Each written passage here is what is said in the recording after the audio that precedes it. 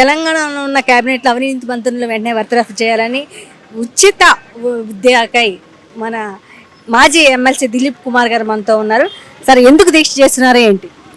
ఈ మధ్యకాలంలో మేము తెలంగాణ రాష్ట్రీయ లోక్దళ్ అనే పార్టీని రివైవ్ చేసాం. 2012 to 14 తెలంగాణ ఉద్యమంలో ముందు వరుసలో ఉండి కొట్లాడే పార్టీ ఇది. అయితే ఎప్పుడైతే తెలంగాణ వచ్చిందో అప్పుడు కాస్త మేము సరిగా మనదే తెలంగాణ మన వాళ్ళు పరిపాలిస్తారనే ఉద్దేశంతో కొద్దిగా స్తబ్దత ఉన్నమాట వాస్తవమే. కానీ 10 సంవత్సరాల బీఆర్ఎస్ పాలలో తెలంగాణ ధ్వంసం అయిపోయింది.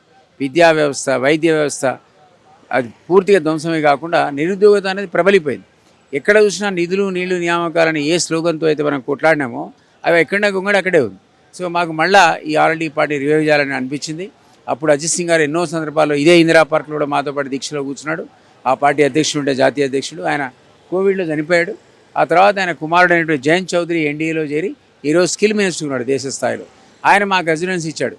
మళ్ళీ మేము అడిగాడు మమ్మల్ని నిధులు నీళ్ళ నియామకాల కోసం. మనం నేను కూడా వచ్చినా కదా, కొట్లాడినా కదా, ఏమైనా అయిందా అంటే ఏమి కాలేదు, ఎక్కడున్నా గొంగడు ఎక్కడ అట్లెట్లో వదిలిపెట్టింది మీరు.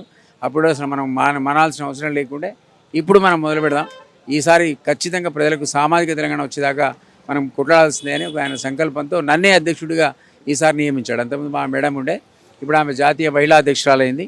ఆమెకు ప్రమోషన్ ఇచ్చి నాకేమో ఇక్కడ అధ్యక్షుడు పెడితే మేము ఈ మధ్య ఇటీవల కాలంలో 1 month నుంచి స్టార్ట్ చేసాం ప్రోగ్రామ్స్. మొదటిగా మేము ఎవరైతే నిరుద్యోగులు ఉన్నారో వాళ్ళకు ఉద్యోగ అవకాశాలు ఇప్పించాలంటే ఒక సంకల్పంతో నిన్నటికి మొన్న ఒక 1 week కింద నిజాం కాలేజీ, లా కాలేజీ గ్రౌండ్స్ లోపల పెద్ద మెగా జాబ్ మేళా పెట్టాను నేను. 5,000 మంది పిల్లలు వస్తే యూ విల్ బి సర్ప్రైజ్. 2,500 ఉద్యోగాలు ఇచ్చినాము. 2,500 అంటే ఇద్దరు కోటి సెలెక్ట్ అయిపోయారు.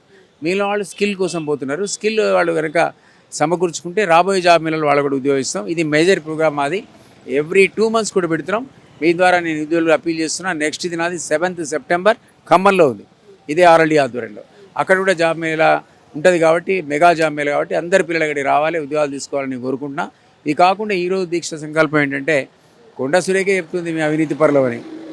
వేరే వాళ్ళంతా పర్సంటేజ్ లేని ఏం పనులు చేయట్లే అంటుంది. ఇక ఆమె ఒప్పుకున్నాక మరి తీసేయాలి కదా.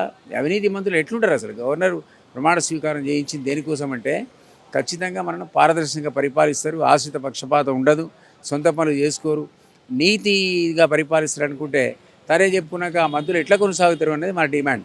కాబట్టి ఖచ్చితంగా గవర్నర్ వాళ్ళని డిస్మిస్ చేయాలి, సీఎమే తీసేయాలి. ముందు సీఎం చేత కాకపోతే గవర్నర్ వాళ్ళని బర్తరఫ్ చేయాలనేది మా డిమాండ్ నెంబర్ 1.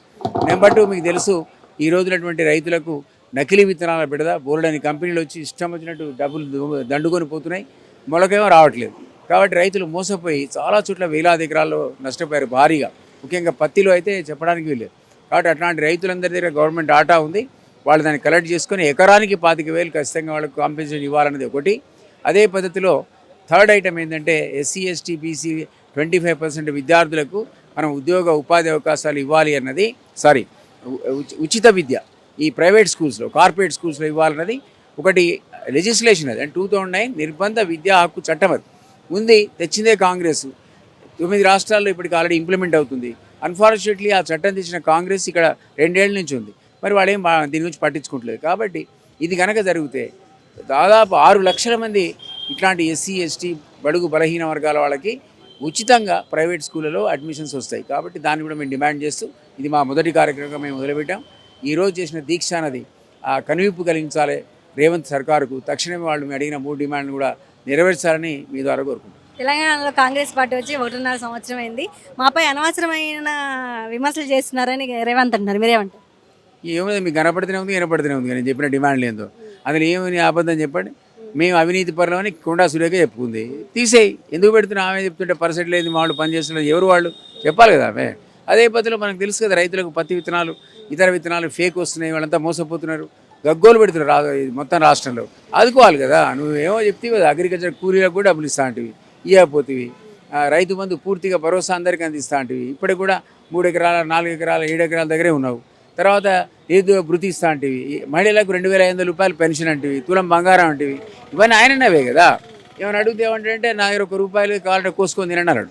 ఇది ఎవరు అంటారా? సీఎం ఉన్నాడు చాతకాంతరం కాకపోతే. కాబట్టే సీఎంను ఆయన అనుకునేవి ఏవి చేయలేదు.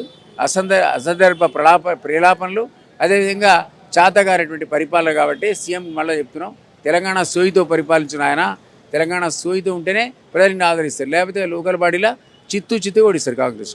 మీరు ఇంతకు ముందే అన్నారు జాబ్ మేళ వస్తే చాలా అతి పెద్ద సంఖ్యలో నిరుద్యోగులు వచ్చారని 2 రోజుల క్రితం ఇదే ఇందిరా పార్క్లో మహాధర్నా చేయడం జరిగింది. అయితే కాంగ్రెస్ అనేది ఏంటంటే మీరందరూ ఎవరన్నా ప్రేరేపిస్తే తప్ప మీకు ఓన్గా చేయట్లేదు అనేది అది ఎంతవరకు నిజం సార్? అరే ఉద్యోగం లేనాడు ఉద్యోగం కోసం రావడం కూడా ప్రేరేపిస్తారు ఎవరన్నా. నేను జాబ్ మేళా పెట్టిన 5,000 మంది వచ్చారు, ఉద్యోగాలు ఉంటే వస్తారా? ఒక్కడు కూడా రాడు ఉద్యోగాలు అందరికీ ఉంటే. లేకనేదా పాపం వచ్చేది 2,000 మంది ఎందుకు ఉద్యోగాలు ఇచ్చిన నేను? వాడు ఉన్నాడు అక్కడ పాపం నిరుద్యోగిగా, కాబట్టి రెస్పాన్స్ వస్తుంది. అసలు మీకు రైల్వే డిగ్రీ కావాలని 4 ఏళ్ల కింద నేను జాబ్ మేళా పెడితే 25,000 మంది వచ్చారు. ఎక్కడ వాళ్ళు వీళ్ళు చెప్పండి? మనోళ్ళే కదా, తెలంగాణ పిల్లలు కదా. ఉద్యోగాలు నీవు ఇస్తలేవు కాబట్టి, ప్రైవేట్లో లేవు, గవర్నమెంట్లో లేవు కాబట్టి ఆ పిల్లలు మన దీక్షలకు వస్తున్నారు.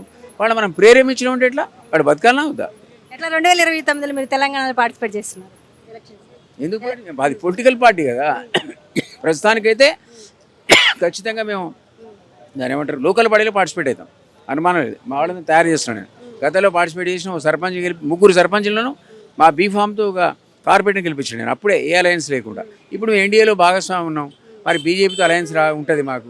కాబట్టి వాళ్ళు అక్కడో ఇక్కడో వాళ్ళు లేని కాడ మాకు సీట్లు ఇస్తే అప్పటికంటే ఎక్కువ స్థానాలు గెలిపిస్తాం. అట్లా పుట్టి 2029లో మీరు అన్నట్టు ఖచ్చితంగా కొట్లాడతాం. మహిళా రిజర్వేషన్ కూడా ఇంప్లిమెంట్ అవుతుంది. మహిళలను ప్రోత్సహిస్తాం, ఈ యువకులందరికీ శిక్షణ ఇస్తాం. ఆఖరికి పొలిటికల్గా నువ్వు నిలబడదలుచుకుంటే ఏం చేయాలో, సామాజిక బాధ్యత ఏంటో కూడా వాళ్ళకు క్లాసెస్ ఫ్రీగా, మా job Mela free, political classes free, అన్నీ ఫ్రీయే. అవన్నీ మేము ఉచితంగా, ఎందుకంటే తెలంగాణ అట్లాంటి పరిస్థితులు ఉంది కాబట్టి మేము యువతను మోటివేట్ చేయడానికి వాళ్ళను ఎంపవర్మెంట్ అంటారు దాన్ని, ఉమెన్ అండ్ యూత్ని ఎంపవర్మెంట్ కోసం ప్రయత్నిస్తున్నాం.